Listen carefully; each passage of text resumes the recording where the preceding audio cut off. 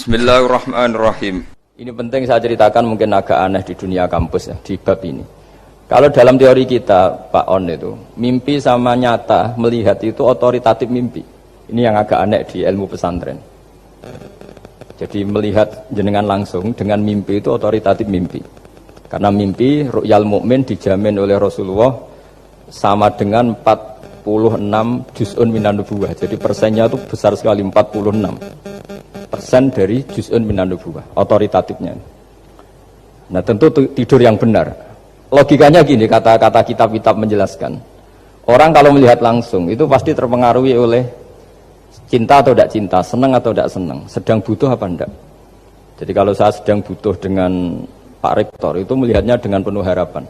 Jadi kalau saya sakit mau mati itu senang lihat dokter karena ini harapan, Rektor nggak ngefek gitu kan gitu. Tapi kalau saya politikus, ngelihat ketua partai itu lebih respect ketimbang melihat dokter. Jadi gara-gara banyak kepentingan ini melihat itu nggak pernah jujur gitu, nggak pernah jujur. Jadi kebodohan manusia justru karena melihat itu kalau dalam teori kita.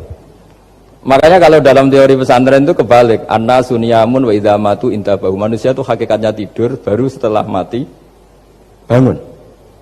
Misalnya kita di dunia nganggap uang itu penting, harta itu penting, jabatan penting. Setelah kita mati ternyata yang paling penting itu hanya sujud. Karena kamu itu kenangan ketemu Allah terbaik itu sujud. Yang kita anggap penting di dunia semuanya tidak penting. Yang kita anggap sepele kayak sholat ternyata itu super penting. Tapi sadar itu nunggu nanti di akhirat. Nah, saya ini termasuk syukur yang sadar sebelum sampai akhirat. Jadi termasuk orang yang beruntung gitu. Nah kenapa mimpi itu begitu penting? Karena tadi ketika orang tidur itu off semua, sistem sarafnya, sistem apanya. Yang ada hanya pengendalian Tuhan. Karena dia tidak bisa mengendalikan dirinya sendiri. Apalagi kalau tidurnya benar ya tentu pakai wudhu, terus pakai doa-doa, terus menghadap kayak mayit itulah, standar mayit itu menghadap ke kiblat kayak posisi mayit itu. Sehingga dia ada intervensi pada dirinya sendiri, ya tidak punya keinginan dari dirinya sendiri. Kamu kan nggak bisa ingin wah tidur ingin ketemu wanita cantik kan tidak bisa nentukan gitu. Akhirnya ya benar-benar hanya milik Allah. Apalagi kalau kita bacanya benar, terus pikirannya benar. Makanya uniknya dalam Islam adalah doa mau tidur dengan wiridan setelah sholat itu ajarannya Nabi banyak mau tidur. Wiridan subhanallah 33, alhamdulillah 33, Allahu akbar 33 dan disempurnakan seterusnya itu ijazah Nabi kepada Sayyidah Fatimah itu untuk mau apa? Tidur. Bismika wada'tu jambi wa bismika arfa'u. Sampai doanya panjang. Allahumma aljatu zuhri ilaika. Panjang sekali doa mau tidur. Saya yakin jenengan ndak hafal dan ndak. Paling ya bismika wada'tu jambi apa? Bismika Allahumma ahyawamu. Itu sebagian ustaz bilang itu doa ngaji katanya. Ada seorang ustaz saking mangkelnya, ibu sudah baca doa gaji? Belum, tak doa bismika Allahumma ahya bismika wa amut. Wah itu kan doa mau tidur Pak Ustaz. Iya biasanya kalau ngaji tidur. Jadi doa itu kalau itu doa mau. Akhirnya mimpi itu penting. Karena di situ manusia nggak punya nafsu, nggak punya keinginan. Sehingga yang ada itu kata Nabi itu ada sittatun wa arba'una juz'an minan nubuwah. Sehingga dulu itu mimpi itu jadi sarana betul. Kita tahu kan cerita orang-orang dulu. Fir'aun itu kurang jahatnya, kurang kelirunya. Dia mimpi ada api dari Bani Israel yang membakar kerajaannya.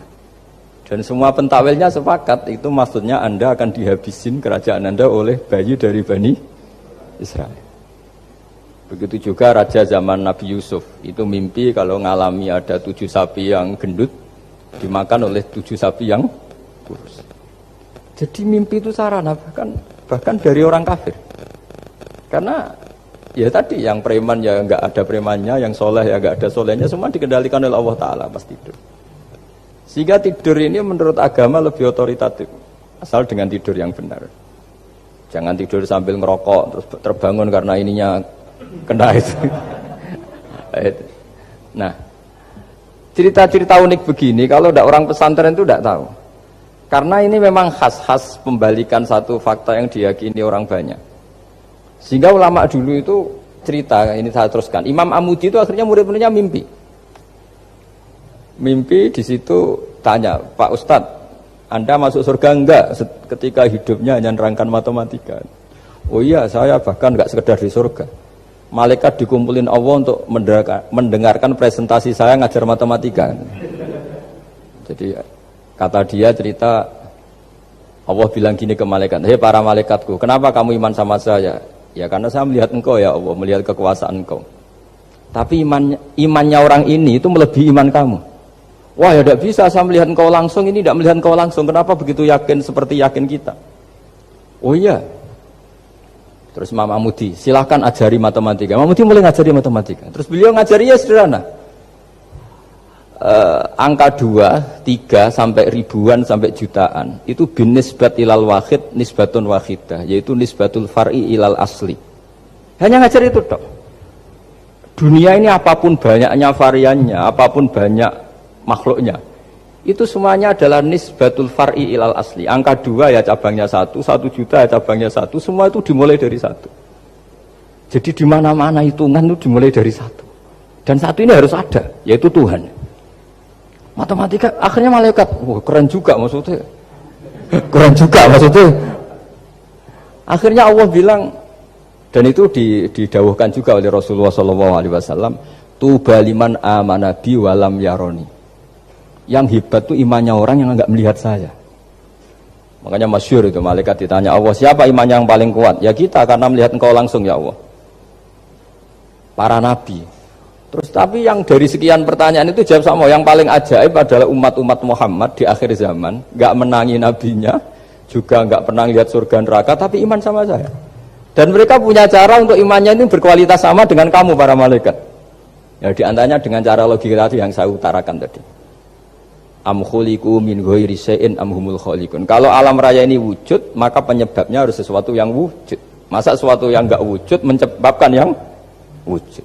Kalau angka 10 ada, 1 juta ada, pasti dimulai angka 1. Makanya nisbatus naini wal arba'ah ila ma la nihayata laha, itu semuanya nisbatul far'i ilal asli. Semua angka berapapun jumlahnya itu binisbat ilal wahid adalah nisbatul far'i ilal asli.